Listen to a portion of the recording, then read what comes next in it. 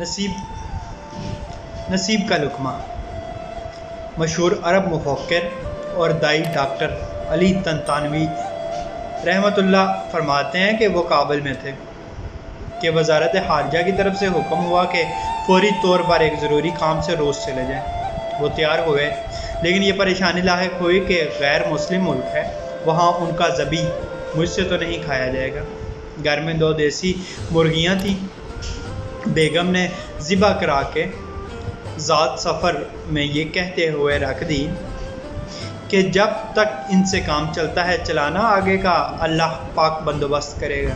वो कहते हैं कि मैं ताशकंद पहुंचा ही था कि वहाँ का एक मुसलमान शेख ने घर दावत की। मैं उनके घर जाने के लिए निकला था कि रास्ते में एक गरीब औरत भूख से निडाल अपने बच्चों के साथ सड़क किनारे खड़ी थी। मैंने बेइख्तियार वो दोनों मुर्गियाँ उन्हें पकड़ा दी। अभी 1 घंटा नहीं गुजरा था कि काबुल से तार आई कि वो काम जिसके लिए आपको भेजा गया वो हो गया है, आप वापसी की फ़्लाइट पकड़ लें। शेख सादिक मजीदी कहते हैं कि इस सफ़र का मुझे कोई और मकसद समझ नहीं आया सिवाय इस बात के कि मेरे घर में 2 मुर्गियाँ थीं जो 4000 किलोमीटर दूर किसी गरीब माँ और बच्चों का रिज़्क थी।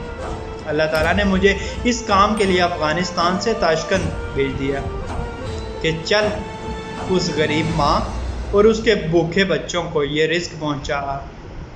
याद रखें, आपके नसीब का लुकमा ज़मीन के जिस हिस्से में भी होगा अल्लाह ताला आप तक पहुँचाएगा। अल्लाह पाक आसानियाँ हासिल और तकसीम करने का शर्फ अता फरमाए।